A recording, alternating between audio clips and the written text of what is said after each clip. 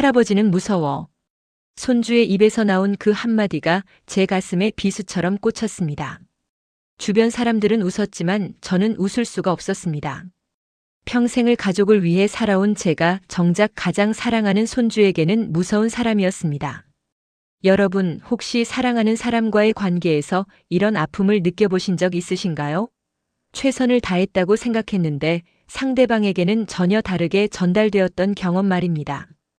오늘 제 이야기를 들어주시면서 여러분도 소중한 사람들과의 관계를 한번 돌아보는 시간이 되셨으면 합니다. 본격적인 이야기를 시작하기 전에 잠깐만 시간을 내주세요. 이 영상이 도움이 되신다면 구독 버튼과 좋아요 버튼을 눌러주시면 정말 큰 힘이 됩니다.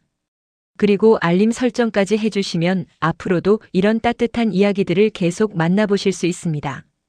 여러분의 작은 관심이 더 많은 분들에게 이 이야기가 전달되는데 큰 도움이 됩니다. 그럼 이제 본격적으로 이야기를 시작하겠습니다. 손주가 태어났을 때를 아직도 생생하게 기억합니다. 병원 유리창 너머로 처음 그 작은 얼굴을 봤을 때 제 가슴이 터질 것만 같았습니다. 이른 평생을 살아오면서 느껴보지 못한 벅찬 감정이었습니다. 축하드립니다. 건강한 손자입니다. 간호사의 말에 저는 그저 고개를 끄덕이는 것밖에 할 수 없었습니다. 말로 표현할 수 없는 기쁨이었습니다. 제 아들이 아버지가 되는 순간 저는 할아버지가 되었습니다. 이 작은 생명이 우리 가족에게 온다는 것이 꿈만 같았습니다. 처음 손주를 안았던 날을 잊을 수가 없습니다. 그 작고 따뜻한 몸이 제 품에 안겼을 때 세상을 다 가진 것 같았습니다. 손주의 작은 손가락이 제 검지를 꽉 쥐었을 때 그 힘없는 작은 손의 온기가 제 심장까지 전해지는 것 같았습니다. 할아버지가 지켜줄게. 이 세상 누구도 너를 힘들게 하지 못하게 할 거야. 제가 손주에게 한 첫 번째 약속이었습니다. 평생을 살면서 한 약속 중 가장 진심이 담긴 약속이었습니다. 이 아이에게는 뭐든지 다 해주고 싶었습니다. 제가 가진 모든 것, 제가 알고 있는 모든 것을 다 주고 싶었습니다. 손주가 자라는 모습을 보는 것은 참으로 신기한 경험이었습니다. 하루가 다르게 커가는 모습, 처음으로 웃는 모습, 처음으로 뒤집는 모습, 처음으로 기어가는 모습. 모든 순간이 제게는 기적 같았습니다. 제 아들을 키울 때는 이런 감정을 느끼지 못했습니다. 그때는 가장으로서 책임감에 짓눌려 있었고 생계를 책임져야 한다는 부담감에 아이의 성장 하나하나를 즐길 여유가 없었습니다. 하지만 손주는 달랐습니다. 이제는 시간적 여유도 있고 마음의 여유도 있었습니다. 백화점에 갈 때마다 유아용품 코너를 빠짐없이 들렀습니다. 작은 옷, 귀여운 신발, 알록달록한 장난감들을 보면 저절로 발걸음이 멈춰졌습니다. 마음 같아서는 다 사주고 싶었지만 며느리가 너무 많이 사주지 말라고 해서 참곤 했습니다. 아버님, 이미 장난감도 많고 옷도 많아요. 정말 괜찮습니다. 며느리는 늘 정중하게 말했지만 제 손주에게 뭔가를 사주고 싶은 마음은 참을 수가 없었습니다. 그래서 가끔은 몰래 작은 선물들을 사서 아들에게 전해주곤 했습니다. 손주가 돌이 되던 날 온 가족이 모여서 돌잔치를 했습니다. 화려하지는 않았지만 가족들이 모여 따뜻하게 축하해주는 자리였습니다. 손주가 돌잡이에서 마이크를 잡았을 때 모두들 웃으며 가수가 되려나 봐요라고 말했습니다. 저는 그 모습을 보면서 가만히 생각했습니다. 이 아이가 무엇이 되든 어떤 길을 가든 저는 그저 이 아이가 행복하기만 바란다고, 건강하게 자라서 웃으며 살아가기만 바란다고. 돌잔치가 끝나고 손주를 안으려고 했을 때였습니다. 손주는 제게 오지 않고 할머니에게 갔습니다. 처음에는 그냥 할머니가 더 좋은가 보다 생각했습니다. 어린아이들은 다 그렇다고 엄마나 할머니를 더 좋아한다고 생각했습니다. 하지만 그것은 시작에 불과했습니다. 손주가 두 돌, 세 돌이 되어가면서 그 차이는 점점 더 분명해졌습니다. 할머니가 부르면 환하게 웃으며 달려가는 손주가 제가 부르면 한 발짝 물러서는 것이었습니다. 우리 손주 할아버지한테 와볼래? 제가 손을 벌리면 손주는 잠시 망설이다가 고개를 돌렸습니다. 처음에는 우연이라고 생각했습니다. 기분이 안 좋거나 피곤하거나 그냥 그럴 수도 있다고 생각했습니다. 하지만 그런 일이 반복되면서 저는 점점 혼란스러워졌습니다. 내가 뭘 잘못한 걸까? 손주에게 무서운 짓이라도 한 걸까? 아무리 생각해봐도 그런 기억은 없었습니다. 저는 손주에게 한 번도 큰 소리를 낸 적이 없었고 혼낸 적도 없었습니다. 어느 날 온 가족이 모여 식사를 하던 자리에서였습니다. 손주가 저한테 오지 않자 제 아들이 장난스럽게 물었습니다. 왜 할아버지한테는 안 가? 할아버지가 뭐가 싫어? 그때 손주가 아무렇지 않게 대답했습니다. 할아버지는 무서워. 그 순간 식탁의 분위기가 순간적으로 얼어붙었습니다. 하지만 곧 모두들 웃기 시작했습니다. 무서울 게 뭐 있어? 할아버지가 제일 착하신데. 그러게 할아버지가 무섭다니. 우리 손주가 장난하네. 다들 농담으로 받아들이고 웃어넘겼습니다. 저도 억지로 웃었습니다. 하지만 그 웃음 뒤에는 말로 표현할 수 없는 아픔이 있었습니다. 무서워. 그 단어가 제 가슴에 깊이 박혔습니다. 내가? 손주에게? 무섭다고? 평생 가족을 지키기 위해 살아온 제가 사랑하는 손주에게는 무서운 사람이었습니다. 그날 밤 잠을 이룰 수가 없었습니다. 천장을 바라보며 계속 생각했습니다. 손주의 그 말이 머릿속에서 떠나지 않았습니다. 옆에서 자고 있는 아내에게 물어볼까도 생각했지만 입이 떨어지지 않았습니다. 다음 날 아침 거울을 보았습니다. 거기에는 주름진 얼굴에 굳은 표정을 한 노인이 있었습니다. 제 얼굴이 이렇게 굳어 있었나? 웃을 때도 눈가에 주름만 잡힐 뿐 진짜 환한 미소는 아니었나? 평생을 엄하게 살아왔습니다. 그게 남자의 도리라고 가장의 책임이라고 배웠습니다.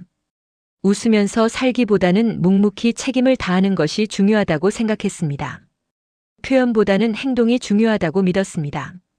그런데 그 모든 것들이 손주에게는 그냥 무서움으로만 전달되었던 것입니다.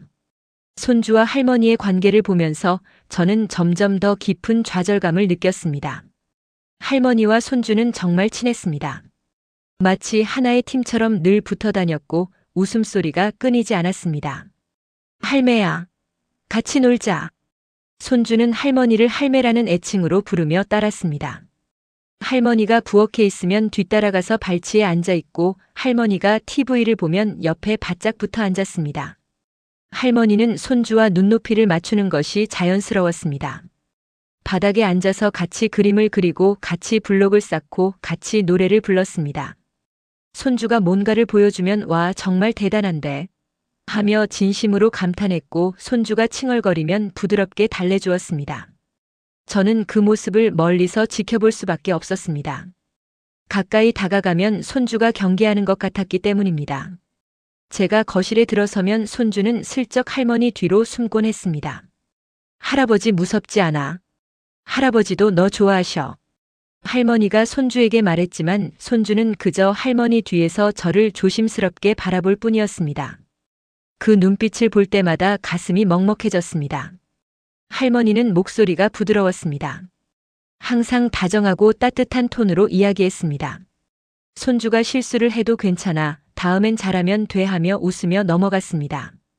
반면 저는 제 목소리가 원래 좀 큰 편이었습니다. 평생 그렇게 살아왔기 때문에 그게 제 목소리인 줄만 알았습니다. 하지만 손주에게는 그게 무서웠나 봅니다. 한 번은 손주가 거실에서 놀다가 화분을 건드려서 흙이 쏟아진 적이 있었습니다.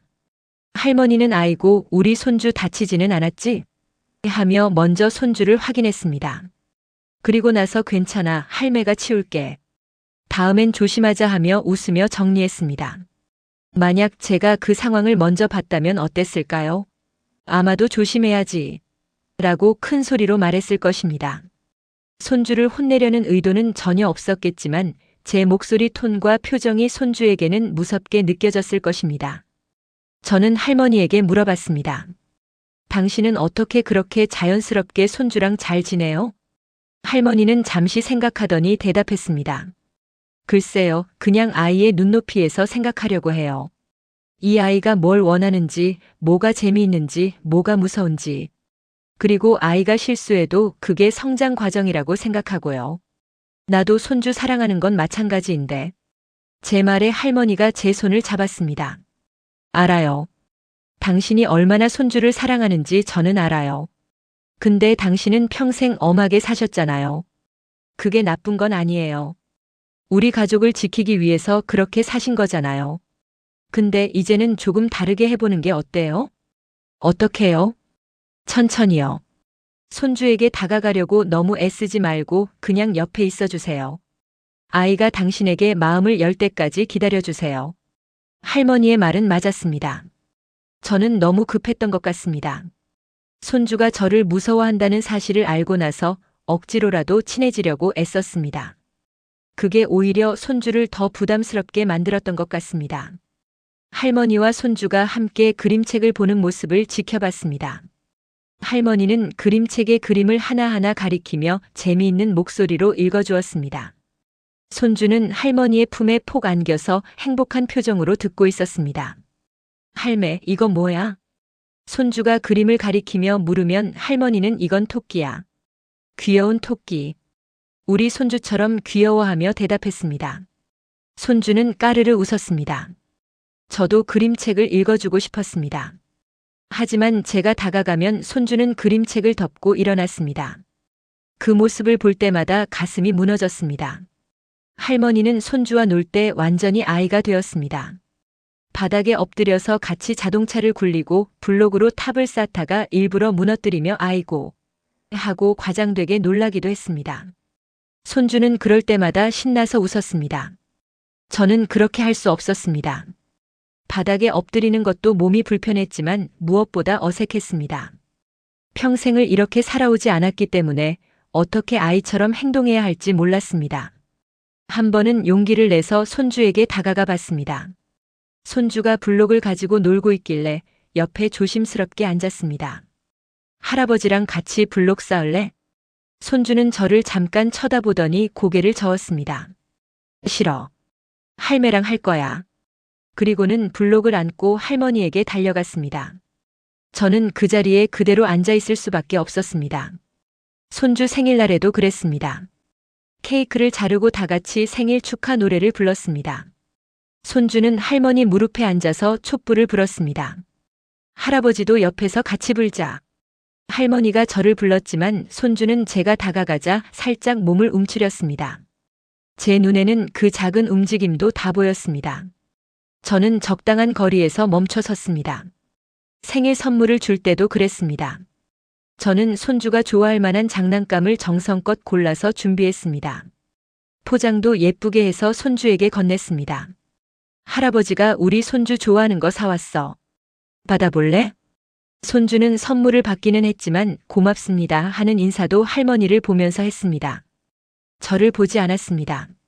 할머니가 준 선물을 받을 때는 달랐습니다. 할매 고마워 하며 환하게 웃으며 할머니에게 안겼습니다. 할머니와 손주는 선물을 함께 뜯으며 즐거워했습니다. 저는 멀리서 그 모습을 지켜봤습니다.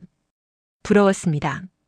할머니가 부러운 게 아니라 그렇게 자연스럽게 손주와 교감하는 모습이 부러웠습니다. 왜 나는 할 수 없을까? 왜 손주는 나를 받아들이지 않을까? 내가 뭘 잘못한 걸까? 그런 질문들이 머릿속을 맴돌았지만 답을 찾을 수 없었습니다. 손주가 저를 무서워한다는 것을 알고 난 후 저는 변화하려고 노력했습니다. 아니, 노력했다기보다는 발버둥 쳤다는 표현이 더 맞을 것 같습니다. 가장 먼저 시도한 것은 목소리를 낮추는 것이었습니다. 제 목소리가 크고 낮아서 손주가 무서워한다고 생각했기 때문입니다. 그래서 손주에게 말할 때는 일부러 목소리를 작게, 높게 내려고 했습니다. 우리 손주 할아버지한테 올래? 거울 앞에서 연습도 했습니다. 하지만 그게 얼마나 어색했는지 모릅니다. 일은 평생 써온 목소리를 하루아침에 바꿀 수는 없었습니다. 억지로 바꾼 목소리는 어색하기만 했고 오히려 더 이상하게 들렸습니다. 손주도 그걸 느꼈나 봅니다. 제가 억지로 다정한 목소리를 내면 손주는 이상한 눈으로 저를 쳐다봤습니다. 그리고는 여전히 한 발짝 물러섰습니다. 할머니가 그 모습을 보고 조용히 말했습니다. 당신답지 않게 하지 마세요. 억지로 바꾸려고 하면 아이가 더 혼란스러워해요. 그럼 어떻게 해야 해요? 이대로는 안 되잖아요. 천천히요. 당신다운 모습으로 천천히 다가가세요. 하지만 당신다운 모습이 뭔지 저는 몰랐습니다. 평생을 엄하게 무뚝뚝하게 살아온 게 제 모습이었는데 그게 바로 손주가 무서워하는 모습이었으니까요. 다음으로 시도한 것은 표정을 부드럽게 만드는 것이었습니다. 거울을 보면서 웃는 연습을 했습니다. 하지만 그것도 쉽지 않았습니다. 평생을 웃지 않고 살아온 얼굴은 웃는 것조차 어색했습니다. 억지로 웃으면 입꼬리만 올라갈 뿐 진짜 웃는 얼굴이 아니었습니다. 눈은 웃지 않고 입만 웃는 그런 얼굴이었습니다. 손주 앞에서 웃어보려고 했지만 손주는 제 그런 표정을 더 이상하게 여기는 것 같았습니다. 할머니가 자연스럽게 웃는 것과는 너무 달랐기 때문입니다. 어느 날은 손주의 눈높이를 맞추려고 무릎을 꿇고 다가갔습니다. TV에서 본 육아 프로그램에서 아이와 눈높이를 맞추는 것이 중요하다고 했기 때문입니다. 손주가 거실에서 놀고 있길래 조심스럽게 다가가서 무릎을 꿇었습니다. 그리고 손주의 눈을 마주치려고 했습니다. 할아버지랑 같이 놀자. 하지만 손주는 제가 다가가자 뒤로 물러섰습니다. 그리고 장난감을 안고 할머니에게 달려갔습니다. 할매, 저기 할배가 이상해. 손주의 그 말에 저는 그 자리에서 얼어붙었습니다. 이상하다고? 저는 손주와 친해지려고 애쓰는 건데 손주에게는 그저 이상한 행동으로만 보였던 것입니다. 무릎이 아파서 일어서려고 하는데 일어서는 것도 쉽지 않았습니다. 나이가 들어서 관절이 좋지 않았기 때문입니다. 할머니가 다가와서 제 팔을 잡아 일으켜줬습니다. 괜찮아요? 할머니의 걱정스러운 얼굴을 보면서 저는 처참한 기분이 들었습니다. 손주와 친해지려고 노력했지만 결과는 이상한 할아버지가 되는 것뿐이었습니다. 선물 작전도 시도했습니다. 손주가 좋아할 만한 장난감을 사서 건넸습니다. 처음에는 손주가 기뻐하는 것 같았습니다. 하지만 그것도 잠시뿐이었습니다. 선물을 받고 나면 손주는 고맙습니다 하고 인사는 하지만 할머니에게 가서 할매, 이거 봐 하며 선물을 보여줬습니다. 저와 함께 놀려고 하지 않았습니다. 할머니가 조용히 말했습니다. 선물로 아이의 마음을 사려고 하지 마세요. 아이는 선물보다 진심을 느껴요. 진심? 내가 손주 사랑하는 게 진심 아니에요? 알아요. 하지만 당신의 그 진심이 아이에게는 부담으로 느껴질 수 있어요. 너무 열심히 하려고 하니까요. 저는 이해할 수 없었습니다. 사랑하는 사람에게 잘하려고 노력하는 게 왜 부담이 되는 건지. 하지만 결과는 분명했습니다. 제가 노력하면 할수록 손주는 저에게서 더 멀어졌습니다. 어느 날은 손주가 좋아하는 만화 캐릭터를 공부했습니다. 손주와 대화 거리를 만들기 위해서였습니다. TV에서 손주가 좋아하는 만화를 보면서 캐릭터 이름도 외우고 줄거리도 파악했습니다. 다음에 손주가 왔을 때 저는 준비한 대화를 꺼냈습니다. 우리 손주 요즘 뽀로로 좋아하지? 할아버지도 뽀로로 알아. 손주는 잠깐 저를 쳐다봤습니다. 뭔가 말하려는 것 같았지만 곧 고개를 돌렸습니다. 할매, 나 배고파. 손주는 제 말에 대답하지 않고 주제를 바꿔버렸습니다. 저는 또다시 실패했습니다. 할머니가 나중에 설명해 줬습니다. 아이들은 억지스러운 걸 금방 느껴요. 당신이 뽀로로를 진짜 좋아해서 하는 얘기가 아니라 손주와 대화하려고 억지로 한다는 걸 아이가 느낀 거예요. 그럼 대체 어떻게 하라는 거요? 제 목소리에는 좌절감이 묻어났습니다. 무엇을 해도 안 되는 것 같았습니다. 목소리를 바꿔도 표정을 바꿔도 눈높이를 맞춰도 선물을 줘도 관심사를 공유하려고 해도 아무것도 통하지 않았습니다. 할머니는 제 손을 잡고 조용히 말했습니다. 억지로 하지 마세요. 그냥 있는 그대로의 당신이 되세요. 단지 조금 더 천천히, 조금 더 기다리면서요. 하지만 있는 그대로가 바로 문제였습니다. 있는 그대로의 저는 손주가 무서워하는 할아버지였으니까요. 어느 날 밤 잠이 오지 않아서 거실로 나왔습니다. 창밖을 보면서 한숨을 쉬고 있는데 할머니도 나왔습니다. 잠 안 와요? 응. 당신은? 당신 걱정돼서 잠이 안 와요. 할머니가 제 옆에 앉았습니다. 우리는 한동안 아무 말 없이 창밖을 바라봤습니다. 내가 뭘 잘못한 걸까? 제가 먼저 입을 열었습니다. 아무것도 잘못한 거 없어요. 당신은 평생을 가족을 위해 최선을 다했어요. 다만 그 방식이 손주에게는 낯선 거예요. 손주는 아직 어려요. 당신의 그 깊은 사랑을 이해하기엔 너무 어린 거예요. 그럼 언제쯤 이해할까요? 모르죠. 하지만 분명한 건 억지로는 안 된다는 거예요. 당신이 아무리 노력해도 그게 억지라면 아이는 느껴요. 할머니의 말이 맞았습니다. 저는 너무 애쓰고 있었습니다. 손주와 빨리 친해지고 싶어서, 손주에게 사랑받고 싶어서 무리하게 노력하고 있었던 것입니다. 그럼 어떻게 해야 해요? 기다려요. 그냥 옆에 있어 주세요. 억지로 다가가지 말고 손주가 당신에게 올 때까지 기다려주세요. 기다리라는 말은 쉬웠지만 실제로 기다리는 것은 너무나 힘들었습니다. 매번 손주를 볼 때마다 다가가고 싶었지만 참아야 했습니다. 안아주고 싶었지만 참아야 했습니다. 그렇게 몇 주가 지났습니다. 저는 손주에게 억지로 다가가지 않았습니다. 대신 적당한 거리에서 손주를 지켜봤습니다. 손주가 노는 모습을, 웃는 모습을, 할머니와 교감하는 모습을 그저 바라봤습니다. 그 시간이 얼마나 외로웠는지 모릅니다. 같은 공간에 있지만 함께하지 못하는 것, 사랑하지만 받아들여지지 못하는 것, 그보다 더 외로운 게 있을까 싶었습니다. 하지만 그 시간 동안 저는 깨달았습니다. 제가 손주를 사랑하는 방식이 잘못되었다는 것을. 저는 제 방식대로 제가 생각하는 사랑을 강요하고 있었던 것입니다. 진짜 사랑은 상대방을 기다려주는 것이라는 걸 그때 비로소 알게 되었습니다. 변화는 예상치 못한 순간에 찾아왔습니다. 어느 일요일 오후였습니다. 온 가족이 우리 집에 모였습니다. 아들 내외와 손주가 저녁 식사를 하러 온 것이었습니다. 식사 후 어른들은 거실에서 차를 마시며 이야기를 나누고 있었습니다. 손주는 옆방에서 혼자 블록을 가지고 놀고 있었습니다.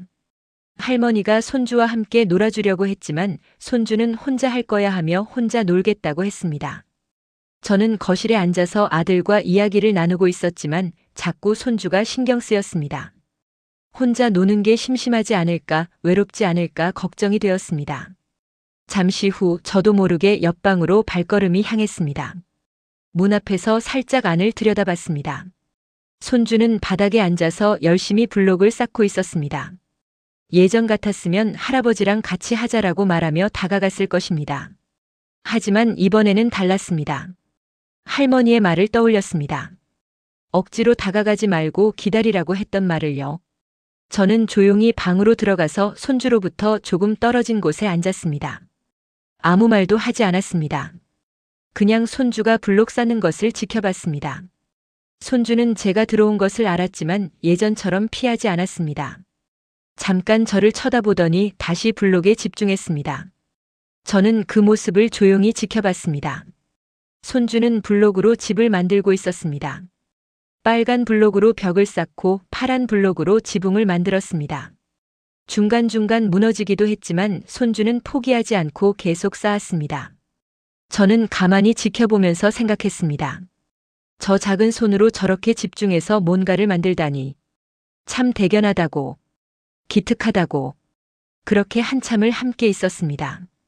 저는 아무 말도 하지 않았고 손주도 저에게 말을 걸지 않았습니다.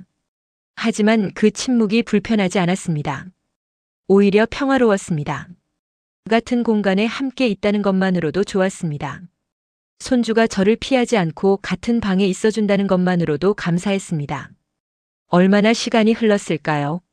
손주가 만들던 블록 집이 거의 완성되어 가고 있었습니다. 그때였습니다. 손주가 블록 한 개를 찾느라 주위를 두리번거렸습니다. 제 옆에 그 블록이 있는 것을 보고 손주는 잠시 망설였습니다. 그리고는 조심스럽게 제 쪽으로 다가왔습니다. 심장이 빠르게 뛰기 시작했습니다. 손주가 제게 다가온다는 사실에 긴장되었습니다. 하지만 저는 움직이지 않았습니다. 그냥 가만히 있었습니다. 손주는 제 옆에 와서 블록을 집으려고 했습니다. 그때 손주의 작은 손이 제 무릎 위에 살짝 올라왔습니다. 균형을 잡으려고 무의식적으로 잡은 것이었지만 그 순간 제 심장은 멎는 것 같았습니다. 손주의 작은 손의 온기가 제 무릎을 통해 전해졌습니다. 그 따뜻함이 온몸으로 퍼져나갔습니다. 손주는 블록을 짚고 다시 자기 자리로 돌아가려고 했습니다. 하지만 가다 말고 멈췄습니다. 그리고는 저를 돌아보며 말했습니다. 할아버지, 이거 같이 해. 그 한마디에 눈물이 핑 돌았습니다. 평생을 살면서 이렇게 감동적인 말을 들어본 적이 없었습니다. 같이 하자는 그 단순한 말이 제게는 세상 무엇보다 소중했습니다. 그래. 할아버지가 도와줄게. 목이 메어서 목소리가 떨렸습니다. 손주는 제 옆에 앉았습니다. 그리고 자기가 만들던 블록집을 보여줬습니다. 여기에 이거 올려야 하는데 자꾸 떨어져. 손주는 지붕 위에 블록을 올리려고 했지만 균형이 맞지 않아서 자꾸 떨어졌습니다. 저는 조심스럽게 손주의 손을 잡았습니다. 이렇게 해보자. 천천히 조심조심. 제 손이 손주의 작은 손을 감쌌습니다. 그리고 함께 블록을 올렸습니다. 이번에는 블록이 떨어지지 않고 제자리에 놓였습니다. 됐다. 할아버지, 됐어? 손주의 얼굴에 환한 미소가 번졌습니다. 그 미소가 제게 향한 것이라는 사실에 가슴이 벅찼습니다. 우리 손주가 잘했네. 저도 모르게 손주의 머리를 쓰다듬었습니다. 손주는 피하지 않았습니다. 오히려 제 손길을 받아들였습니다. 그 순간 제가 그토록 원하던 것을 얻은 것 같았습니다. 손주와의 연결, 손주의 신뢰, 손주의 미소. 우리는 그렇게 함께 블록집을 완성했습니다. 손주가 하고 싶은 대로 만들되 제가 조금씩 도와주었습니다. 손주는 신이 나서 이것저것 설명했고 저는 고개를 끄덕이며 들었습니다. 할아버지, 여기는 문이야. 여기로 들어가는 거야. 그래, 멋진 문이네. 그리고 여기는 창문이고 여기로 빛이 들어와. 정말 잘 만들었다. 손주와 나누는 대화가 이렇게 행복할 줄 몰랐습니다. 내용이 특별한 것도 아니었습니다. 그저 블록집에 대한 이야기였습니다. 하지만 그 평범한 대화가 저에게는 세상 무엇보다 소중했습니다. 블록집을 다 만들고 나서 손주가 물었습니다. 할아버지, 이거 예쁘지? 응, 정말 예쁘다. 우리 손주가 잘 만들었네. 할아버지랑 같이 만들어서 더 예뻐. 그 말에 눈물이 날 뻔했습니다. 손주가 저와 함께한 것을 기뻐한다는 사실이 너무나 감사했습니다. 거실에서 할머니가 우리를 보고 있었습니다. 제가 할머니를 보자 할머니는 미소를 지으며 엄지를 치켜 세웠습니다. 할머니도 우리의 변화를 지켜보고 있었던 것입니다. 그날 손주가 집에 갈 때 처음으로 제게 손을 흔들었습니다. 할아버지, 안녕. 다음에 또 블록하자. 그래, 다음에 또 하자. 안녕. 저도 손을 흔들었습니다. 손주가 차에 타서 떠날 때까지 손을 흔들었습니다. 차가 보이지 않게 되고 나서 저는 한참을 그 자리에 서 있었습니다. 가슴이 벅찼습니다. 오늘의 그 작은 변화가 믿기지 않았습니다. 할머니가 제 옆으로 와서 말했습니다. 잘했어요. 정말 잘했어요. 나 떨려서 죽는 줄 알았어. 알아요. 하지만 참고 기다렸잖아요. 억지로 다가가지 않고 손주가 올 때까지 기다렸잖아요. 할머니의 말이 맞았습니다. 저는 기다렸습니다. 그리고 그 기다림이 결실을 맺은 것입니다. 그날 밤 잠자리에 들면서 저는 오늘 있었던 일을 곱씹었습니다. 손주의 작은 손이 제 무릎에 올라왔던 순간, 같이 하자고 말했던 순간, 함께 블록을 쌓았던 순간, 모든 순간이 소중했습니다. 저는 그날 깨달았습니다. 사랑은 강요하는 것이 아니라 기다리는 것이라는 걸, 상대방이 마음을 열 때까지 인내하는 것이라는 걸, 그리고 그 기다림 끝에 찾아오는 기쁨이 얼마나 큰지도 알게 되었습니다. 그 일이 있고 나서 손주와의 관계는 조금씩 변하기 시작했습니다. 극적인 변화는 아니었습니다. 여전히 손주는 할머니를 더 좋아했고 저에게는 조심스러웠습니다. 하지만 이전과는 분명히 달랐습니다. 손주가 우리 집에 올 때마다 저는 같은 행동을 반복했습니다. 억지로 다가가지 않고 적당한 거리에서 손주를 지켜봤습니다. 그리고 손주가 부를 때까지 기다렸습니다. 처음에는 일주일에 한 번 손주가 저를 불렀습니다. 할아버지, 이거 봐. 손주가 그림을 그려서 보여줬습니다. 저는 조용히 다가가서 그림을 봤습니다. 와, 정말 잘 그렸네. 이게 뭐야? 공룡이야. 무서운 공룡. 무섭지만 멋진 공룡이네. 손주는 제 칭찬에 환하게 웃었습니다. 예전에는 볼 수 없었던 반응이었습니다.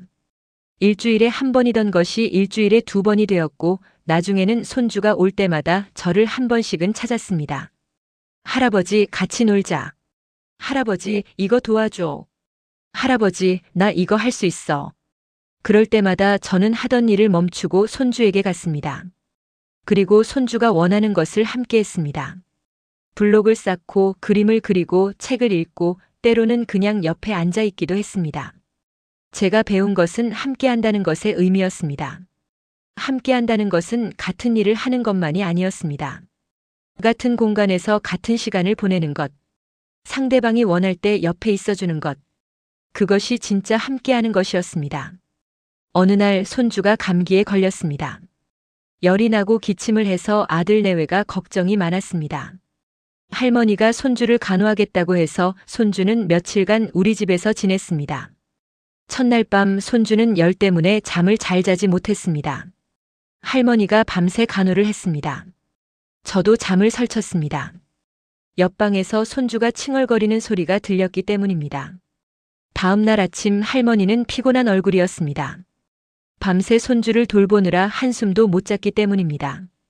당신은 좀 쉬어요. 내가 손주 볼게. 괜찮아요? 손주가. 괜찮아요. 이제는 괜찮아요. 저는 손주 방으로 들어갔습니다. 손주는 침대에 누워 있었습니다. 얼굴이 빨갛고 축 처져 있었습니다. 할아버지. 손주가 저를 보며 약하게 불렀습니다. 예전 같았으면 제가 오는 것을 경계했겠지만 이번에는 달랐습니다. 저는 손주 옆에 앉았습니다. 그리고 손주의 이마에 손을 대어봤습니다. 열이 많았습니다. 많이 아파? 응. 목이 아파. 할아버지가 물 가져다 줄게. 저는 부엌에 가서 미지근한 물을 컵에 담아왔습니다. 그리고 손주를 조심스럽게 일으켜 앉혀서 물을 마시게 했습니다. 천천히 마셔. 손주는 제 도움을 받으며 물을 마셨습니다. 그리고 다시 누웠습니다. 할아버지, 옆에 있어줘. 손주의 작은 손이 제 손을 잡았습니다. 저는 손주의 손을 꽉 잡았습니다. 그래, 할아버지가 옆에 있을게. 푹 자. 손주는 제 손을 잡고 눈을 감았습니다.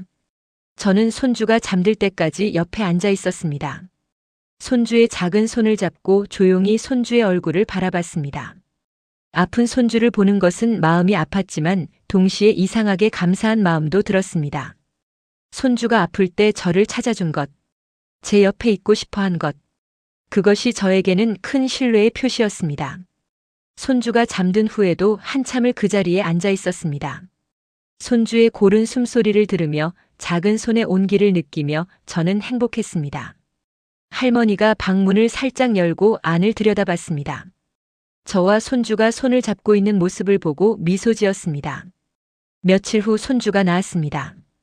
열도 내리고 기침도 줄었습니다. 다시 활기를 되찾은 손주는 집안을 뛰어다녔습니다. 할아버지, 나 나았어. 이제 놀 수 있어. 손주는 신이 나서 저에게 달려왔습니다. 그리고 제 다리를 안았습니다. 저는 손주를 안아 올렸습니다. 우리 손주가 다 나았구나. 다행이다. 할아버지가 옆에 있어줘서 금방 나았어. 손주의 그 말에 가슴이 뭉클했습니다. 제가 손주에게 도움이 되었다는 것, 제가 손주에게 필요한 사람이 되었다는 것, 그것이 너무나 감사했습니다. 시간이 더 흐르면서 손주와 저의 관계는 더욱 가까워졌습니다. 손주는 이제 제게 거리낌 없이 다가왔습니다. 물론 여전히 할머니를 더 좋아하기는 했지만 저도 손주에게 특별한 존재가 되었습니다. 할아버지는 힘이 세. 손주가 제 팔뚝을 만지며 말했습니다. 그럼 할아버지는 힘이 세지. 그래서 나 안아줄 수 있어? 물론이지. 저는 손주를 안아 올렸습니다. 손주는 까르르 웃었습니다. 그 웃음소리가 제 귓가에 울렸습니다. 할아버지, 나 높이 올려줘. 그래, 높이. 저는 손주를 높이 들어 올렸습니다. 손주는 하늘을 나는 것처럼 팔을 벌렸습니다. 와, 높아. 할아버지 최고. 손주의 그 말에 저는 세상을 다 가진 것 같았습니다. 평생을 살면서 이렇게 행복한 적이 있었나 싶었습니다. 할머니가 그 모습을 보며 말했습니다. 조심해요, 허리 다쳐요. 괜찮아요.